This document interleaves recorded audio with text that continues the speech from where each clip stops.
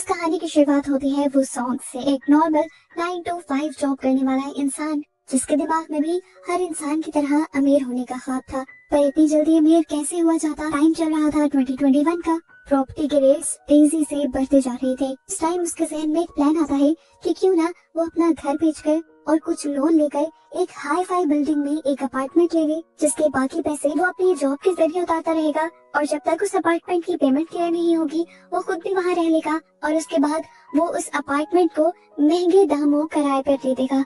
इस तरह लगभग उसकी सैलरी की अमाउंट जितनी अमाउंट भी इस अपार्टमेंट के रेंट से आती रहेगी, उसका खर्चा चलता रहेगा, और साथ ही में उसका बहुत ही महंगा एसेट भी बन जाएगा, तकरीबन 1.1 बिलियन यॉन का। अगर प्रॉपर्टी के रेट्स ऐसे ही बढ़ते रहे तो अपार्टमेंट का रेट लगभग 1.1 बिलियन यॉन से बढ़कर 5 बिलियन यॉन तक पहुंच जाएगा, और फिर वो तब अच्छे प्रॉफिट पर बेचकर अपना बिजनेस भी स्टार्ट कर लेगा और अपनी लाइफ भी अच्छी स्टार्ट कर लेगा। यही सोचते हुए वो जल्दी से एक प्रॉपर्टी डीलर के पास जाता है और उसी बिल्डिंग में अपार्टमेंट खरीद लेता है, जिसके रेट्स हर घंटे बाद बढ़ रहे थे। डाउन पेमेंट के लिए उसने अपना घर बेच दिया था, अपनी सारी सेविंग्स लगा दी थी, और बाकी EMIs अभी उसे देनी थी। इस अपार्टमेंट को खरीदते ही जैसे उसकी जिंदगी बदल गई थी। अब क्योंकि उसने एक हाई फाई बिल्डिंग में अपार्टमेंट लिया था तो खुद भी हाई फाई लोगों में ही काउंट होने लगा, और जल्दी उसकी एंगेजमेंट भी हो गई।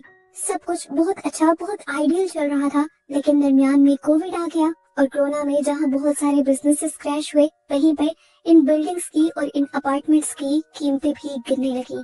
टाइम आ गया 2024 का। पता चला कि वो सोंग ने जो अपार्टमेंट खरीदा था उसकी भी कीमत गिरकर सिर्फ 800 मिलियन यॉन की रह गई, जिसे उसने एक्चुअल प्राइस 1.1 बिलियन यॉन मिल गया था, और अभी भी वो उसकी EMIs उतारने में स्ट्रगल कर रहा था। पूरी सैलरी तो उसकी EMI में ही चली जाती थी। अपनी जरूरत की चीजों के लिए वो डिलीवरी बॉय का काम करने लगा। एक टाइम का खाना वो 3 टाइम में स्प्लिट करके खाता था, यहाँ तक कि वो घर में फैन और लाइट तक नहीं चलाता था ताकि बिल ना आ जाए। चार्जिंग लाइट्स और चार्जिंग फैन ले लिए थे उसने, जिन्हें भी वो चुपके से अपनी ऑफिस की इलेक्ट्रिसिटी से चार्ज करके लाता था, और कभी कभार तो खाना भी ऑफिस की ही कैंटीन से चुरा लिया करता था। जिस तरह इस अपार्टमेंट को खरीदने से वो सोंग की लाइफ में एक बड़ा चेंज आया था, वैसे ही इसकी कीमतें गिरने से भी बहुत ही बुरा और बड़ा चेंज आया। उसकी एंगेजमेंट दोबारा टूट गई और हर तरह से उसका मुश्किल टाइम शुरू हो गया, और इससे भी बड़ी मुश्किल ये थी, उसे हर वक्त इस अपार्टमेंट से कंस्ट्रक्शन की आवाजें आती रहती थी। उसे लगता था कि जरूर ऊपर वाले अपार्टमेंट्स आ रही हैं, इसीलिए एक दिन वो ऊपर वाले अपार्टमेंट पे जाकर शिकायत भी करता है, पर वो आदमी उसे यकीन दिलवाता है कि ये आवाजें उसके अपार्टमेंट से नहीं आ रही थी। अब तो इन आवाजों से वो सोंग के नेबर भी तंग आने लगे थे। वो भी बार बार उसके घर के बाहर नोट लगा कर जाते हैं कि प्लीज अपने घर से आने वाली आवाजों को बंद करो, सब लोग डिस्टर्ब होते हैं। अब वो सोचता है कि वो इन आवाजों के लिए इस बिल्डिंग की ओनर से जाकर बात करेगा।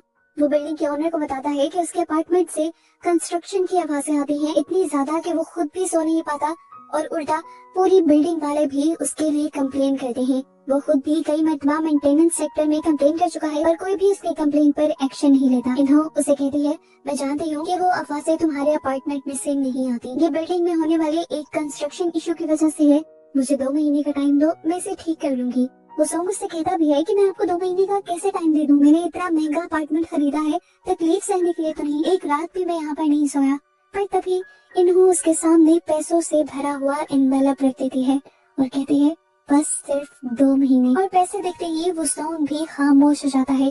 पैसों की तो वैसे ही बहुत तंगी चल रही थी, जाकर सबसे पहले वो इन पैसों से बहुत सारा खाना लेता है और पेट भरकर खाना खाता है। वो सोंग अगले दिन काफी फ्रेश माइंड से ऑफिस गया था, जहाँ पे उसका फ्रेंड उसे कहता है कि तुमने काफी बेवकूफी की है अपना सारा पैसा एक ही बिल्डिंग में लगाकर। अगर तुम मशवरा करते या मेरी बात मानते, अपना पैसा क्रिप्टो में इन्वेस्ट करते, तो अब तक तुम्हें 700 से 800% तक का रिटर्न मिल जाता। वो सोंग के दोस्त को क्रिप्टो का बहुत ज्यादा एक्सपीरियंस था। वो सोंग से कहता है कि आने वाले कुछ दिनों में अगर तुम क्रिप्टो में इन्वेस्ट करो तो लगभग 6 या 7 दिन बाद ही तुम्हें बहुत बड़ा रिटर्न मिल जाएगा। पर वो सोंग से कहता है यार मेरे पास तो पैसे ही नहीं है। उसका दोस्त से कहता है ऐसा मौका बार बार नहीं आएगा, तुम्हें बस 85 मिलियन यॉन कहीं से इकट्ठे करने हैं, और मैं कह रहा हूँ ना, एक मर्तबा तुमने ये काम कर लिया तो तुम्हारा सारा कर्जा एक ही झटके में खत्म हो जाएगा और तुम्हारी लाइफ आसान हो जाएगी।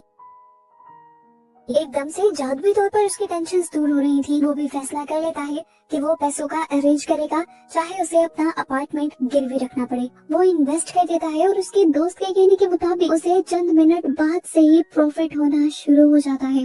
वो सोंग की जिंदगी में दोबारा से खुशियाँ लौट आती हैं। 4-5 दिन तो वो ऑफिस में नहीं जाता, क्योंकि हर टाइम वो बैठा हुआ अपने मोबाइल और लैपटॉप पर बस अपना प्रॉफिट जो देख रहा था। वुसोंग के दोस्त ने उससे कहा था कि बस तुम्हें 6 दिन का वेट करना होगा।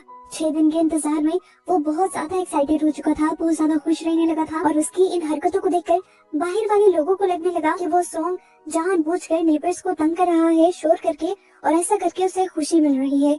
इसीलिए नेबर्स मिलकर उसकी कंप्लेंट पुलिस में कर देते हैं। पुलिस को देखकर वुसोंग घबरा जाता है और सबको यकीन दिलवाने की कोशिश करता है कि ये आवाजें वो नहीं कर रहा। वो पुलिस को कहता है आप चाहे तो मेरा अपार्टमेंट चेक भी कर सकते हैं। इतनी देर में यहाँ पर इस बिल्डिंग की ओनर अनहू भी आ जाती है और सभी लोगों को ये यकीन दिलाने की कोशिश करती है कि वो सोंग तो खुद बहुत ज्यादा तंगी में है, ये आवाजें उसकी तरफ से नहीं है। पर सोसाइटी के लोग उसकी भी बात नहीं सुनते और पुलिस को फोर्स करते हैं कि वुसोंग का घर चेक किया जाए। उसे यकीन था कि ये आवाजें उसके घर से नहीं आ रही होंगी, पर घर को चेक करने पर पता चला कि वुसोंग के घर में एक ऐसा सीक्रेट रूम था जिसका वुसोंग को खुद भी नहीं पता था, और उसके अंदर एक फोन को एक बहुत ही लाउड स्पीकर के साथ कनेक्ट किया गया था, जिससे पूरी बिल्डिंग में शोर हो रहा था। वो 4 साल से बिल्डिंग में रह रहा था, ये शोर खुद भी बर्दाश्त कर रहा था, उसे क्यों नहीं पता चला। वो गुस्से से पागल हो गया और पुलिस वाले उसे अरेस्ट करके ले गए। 2 दिन बाद उसे अपने क्रिप्टो से पैसे भी निकालने थे और वो दिन भी आ चुका था। वो पुलिस वालों से रिक्वेस्ट करता है मैं आपकी सारी बातें मानूंगा, सजा भी ज्यादा सह लूंगा, बस 1 मिनट में मुझे घर जाने दें, मुझे बहुत जरूरी काम है, मैं वापस आ जाऊंगा। पर पुलिस वाले उसकी बात नहीं सुनते और ऐसे उसने कर्ज लेकर जो क्रिप्टो में इन्वेस्ट किया था वहाँ पर भी उसे नुकसान होना शुरू हो जाता है। वुसोंग पहले बहुत बड़े कर्ज में था, ये कर्ज वो बर्दाश्त नहीं कर सकता था। वो यहाँ से वॉशरूम में जाने का बहाना बनाता है। पुलिस वाले जैसे ही उसे छोड़ते हैं तो वो पुलिस के कैबिन से अपना फोन निकालता है और पुलिस वालों के ही एक ऑफिस में जाकर वहाँ का रूम लॉक कर लेता है और जल्दी से कंप्यूटर ऑन करने लग जाता है। उसे जल्दी से अपना क्रिप्टो अकाउंट ऑन करके अपनी ट्रेड को क्लोज करना था। इससे पहले वो कर पाता, पुलिस वाले दरवाजा तोड़कर अंदर आ जाते हैं और उसे खींचने लगते हैं, पर वो सोंग किसी की नहीं सुनता और अपने काम में लगा रहता है। यहाँ तक कि पुलिस वाले टीजर गन से उसके हाथ पर करंट पे लगा देते हैं और वो दर्द के बावजूद बस एक क्लिक करने की कोशिश करता है, पर उससे पहले ही पुलिस वाले ने कंप्यूटर बंद कर दिया। करंट के दर्द और इस सारे सदमे से वो सोंग बेहोश हो गया। उसकी लाइफ एक और मर्तबा तबाह हो चुकी थी। उसे जब होश आया तो पता चला कि उन्होंने उसकी बेल करवाने के लिए आई थी। ये साबित हो गया था कि बिल्डिंग में वो शोर जो था वो वुसोंग की वजह से नहीं हो रहा था। जो लड़की बार बार आकर वुसोंग के घर पर वो नोट चिपका रही थी, उसी का हस्बैंड इस सब में इन्वॉल्व था। वुसोंग टूटा हुआ घर वापस आया तो देखा कि पीछे से लोगों ने उसका पूरा घर तहस नहस कर दिया था। वुसोंग टूट गया, उसकी लाइफ में कुछ बचा ही नहीं था। जॉब भी चली गई थी, रिस्पेक्ट भी चली गई थी, ये अपार्टमेंट जिसके लिए उसने इतनी मुश्किलें सही थी वो भी उसके हाथ से चला गया था, क्योंकि कर्जा लेकर उसने क्रिप्टो में इन्वेस्ट कर दिया था। उसके पास कुछ बचा ही नहीं था, तो इस जिंदगी का भी क्या फायदा था। वो सुसाइड नोट लिखने लगा, लेकिन तभी उसे अपनी माँ का ख्याल आ गया। वो अपनी माँ के लिए जिंदा रहने का डिसाइड करता है और जिंदगी की इन मुश्किलों से भी लड़ने का फैसला कर लेता है। वो अपना फोन ऑन करने की कोशिश करता है, पर पुलिस वाली लड़ाई में उसका फोन टूट चुका था और तभी उसे अपने अपार्टमेंट में एक और फोन दिखाई देता है। ये वही फोन था जिसके जरिए बिल्डिंग में शोर किया जा रहा था। वो उसे खोलना चाहता था, पर पासवर्ड उसे मालूम नहीं था। फोन में वाईफाई सिग्नल्स भी आ रहे थे और वो चेक करने लगा कि आखिर ये सिग्नल्स आ कहां से रहे हैं। पता चला कि ये सिग्नल उसके अपार्टमेंट के ठीक ऊपर वाले अपार्टमेंट से आ रहे थे। ये जिन्हों का घर था जिसने वुसोंग को पुलिस में अरेस्ट करवाने पर बहुत ज्यादा फोर्स किया था। वो जिन्हों का दरवाजा नॉक करता है और वाईफाई का पासवर्ड पूछता है, पर जिन्हों इनकार कर देता है कि मेरे घर तो वाईफाई है ही नहीं। हकीकत तो वुसोंग जानता था।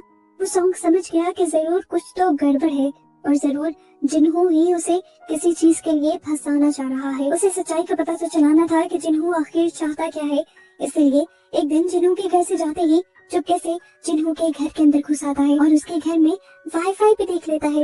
ये तो कुछ भी नहीं था, पूरे अपार्टमेंट को एक्सप्लोर करते हुए जो चीजें उसने देखी उसे अपनी आंखों पर ही यकीन नहीं आया। यहाँ पर पूरा सर्वेलेंस सेटअप लगाया गया था, पूरी बिल्डिंग के लोगों पर जिन्हों नजर रख रहा था। और ये सब करके वो चाहता क्या था आखिर। वुसोंग एक दूसरे रूम में भी गया था जहाँ पर पूरे अपार्टमेंट के लोगों की पिक्चर्स लगी हुई थी और साफ पता चल रहा था कि वो अपार्टमेंट के लोगों के बारे में डाटा इकट्ठा कर रहा था। और सबसे ज्यादा डाटा उसने उन्हों के बारे में, यानी इस बिल्डिंग की ऑनर के बारे में इकट्ठा किया हुआ था। वो दोबारा सर्वेलेंस सिस्टम में जाता है तो देखता है कि यहाँ पर उसने बहुत सारे ऐसे मोबाइल भी कनेक्ट किए हुए थे जो पूरी बिल्डिंग में शोर कर रहे थे। ये शोर जिन्हों ही करता था, पर इस शोर के बदले उसने आखिर वुसोंग को क्यों फंसाया था और आखिर वो ये शोर करना भी क्यों चाहता है। उसे बिल्कुल ये बातें समझ नहीं आती। खैर वो जाने से पहले पूरे घर की पिक्चर्स ले लेकर सबूत इकट्ठे कर लेता है। इससे पहले कि वो बाहर निकल जाता, जिन्हों दरवाजा खोलकर अपने अपार्टमेंट में वापस आ जाता है। अपने आप को बचाने के लिए वो सॉन्ग के पास कोई और रास्ता तो बचा नहीं था। वो वहीं एक कैबिन के अंदर छुप गया। उसने रात होने तक का इंतजार किया जब तक जिन्हों सो नहीं गया और अपार्टमेंट से आवाजें आना बंद नहीं हो गई। वो सॉन्ग को बहुत ज्यादा गुस्सा आ रहा था।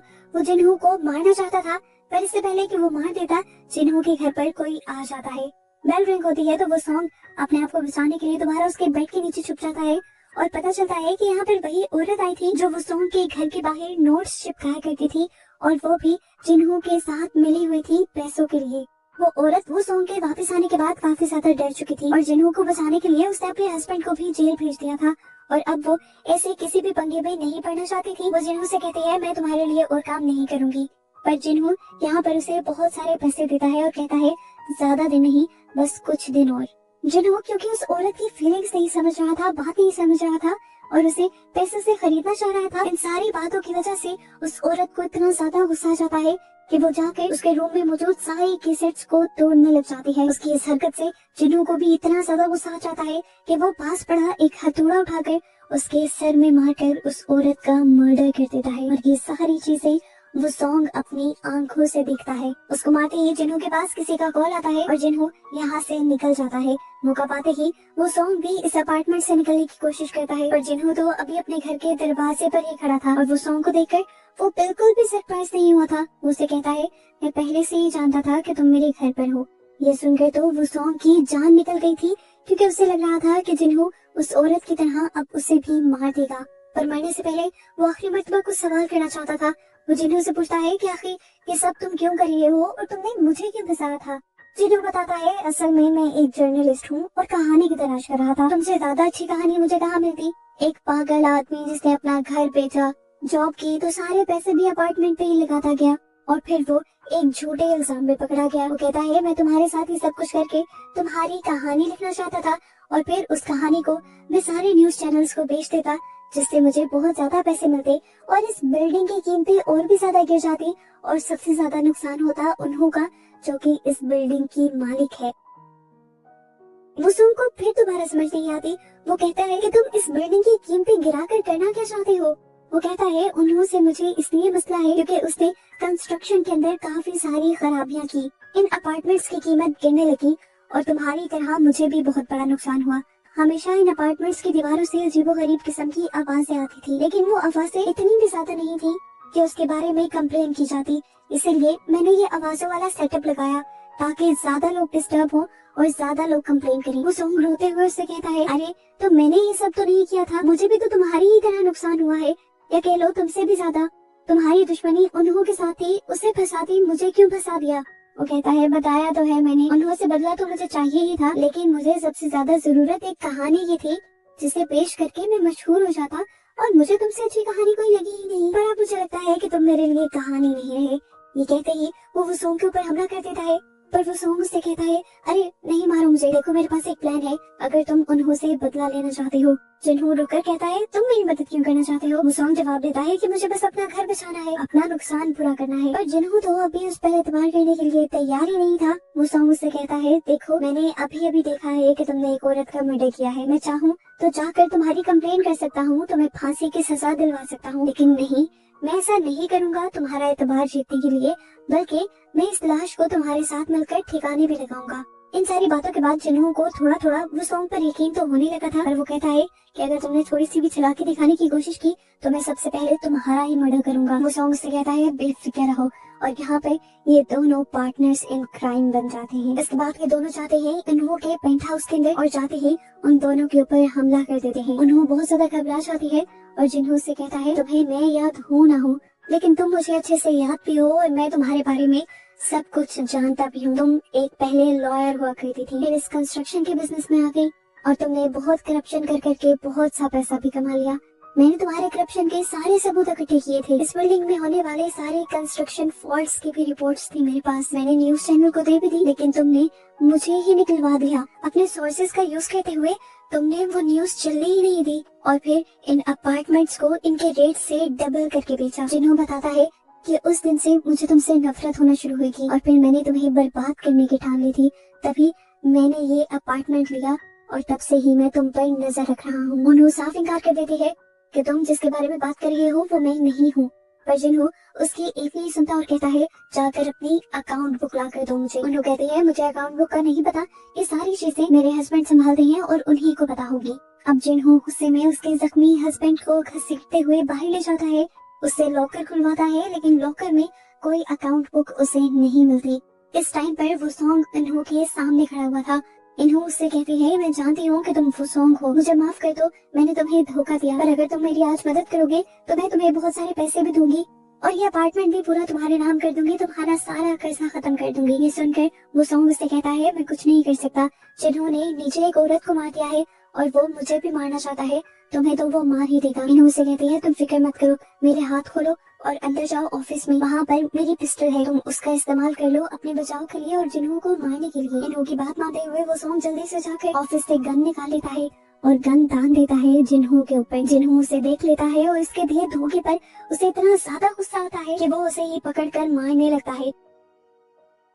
बेचारे वो सॉन्ग के हाथ से गन गिर जाती है और इससे पहले कि जिन्हों उसे पूरी तरह मार देता, पीछे से इन्हों आकर वो गन उठा लेती है। वो ये गोली जिन्हों के ऊपर चला देती है, फिर पता चलता है कि इससे जिन्होंने मरना नहीं था, ये खास किस्म की पिस्टल थी जिसके अंदर से बस बेहोश होने वाली गैस निकलनी थी और इस गैस को सुनकर जिन्हों बेहोश हो जाता है। इन्हों और उसके हस्बैंड तो ये बात जानते थे, इसीलिए दोनों ने नाक ढक लिया था और वो सॉन्ग भी सबसे छुप कर नाक ढक लेता है ताकि उन्हें कोई शक न हो। अब इन्हों अपने हस्बैंड से कहती है कि तुम जिन्हों को मार दो। वो आदमी खुद भी बेचारा जख्मी था, लेकिन फिर भी वो पूरी ताकत का इस्तेमाल करता है जिन्हों को मारने के लिए और आखिर उसे मारकर खुद भी मर जाता है। वो सॉन्ग ये सब कुछ देखकर हैरान था। इससे पहले कि वो कुछ भी करता, नीचे से इन्हों आकर उसे हॉकी से मारने लग जाती है। वो सॉन्ग जब बिल्कुल मरने की स्टेज पर आ जाता है तो वो उससे कहती है मुझे तुम जैसे लोगों से नफरत है। चीप गरीब लोग अमीर बनने की लालच में ऐसे बड़े बड़े बिल्डिंग्स के अंदर फ्लैट ले लेते हो, एलीट क्लास की बराबरी करने की कोशिश करते हो और सारी सोसाइटी में गंद फैला देते हो। नफरत है मुझे तुम जैसे लोगों से। देखो अकाउंट बुक ढूंढ रहे थे ना, ये शेल्फ पे रखी हुई थी और तुम्हें नहीं मिली। वो अपने किए गए सारे गुनाह एक एक करके वो सॉन्ग के सामने बताती रही कॉन्फिडेंटली, क्योंकि उसे पता था कि वो सॉन्ग जिंदा तो बचने वाला है नहीं और कौन जाके बताएगा ये सारी बातें पुलिस और मीडिया को। ये सारी बातें बताने के बाद वो दोबारा से अपनी हॉकी उठा लेती है वो सॉन्ग के सर पर मारने के लिए, लेकिन तभी पीछे से जिन्हों उठकर उसका गला पकड़ लेता है और यहाँ रिवील होता है कि वो अभी मरा नहीं था, बस मरने की एक्टिंग कर रहा था ताकि इन्हों सारी चीजें खुद बोल दे। गला दबाकर अब वो इन्हों को पूरी तरह से मार देता है। इस टाइम पर जिन्हों की अपनी हालत बहुत ज्यादा खराब थी, वो सॉन्ग से कहता है ये अकाउंट बुक उठाओ और जाकर किसी भी मीडिया हाउस में दे देना ताकि इस बिल्डिंग के बारे में एक एक सबूत सबके सामने आ जाए। वो सॉन्ग पे उठकर उस बुक को उठाता है और इसी बुक के अंदर उसे वो पेज भी मिल जाता है जिसमें सबूत था कि उसने अपने अपार्टमेंट गिरवी रखा हुआ है। ये देखते हुए वो किचन की तरफ बढ़ने लग जाता है और जिन्हों कंफ्यूज होकर उससे पूछता है क्या करना चाह रहे हो तुम। तब वो सॉन्ग उससे कहता है अब और मैं किसी के इशारों पर नहीं नाचूंगा। ये कहते हुए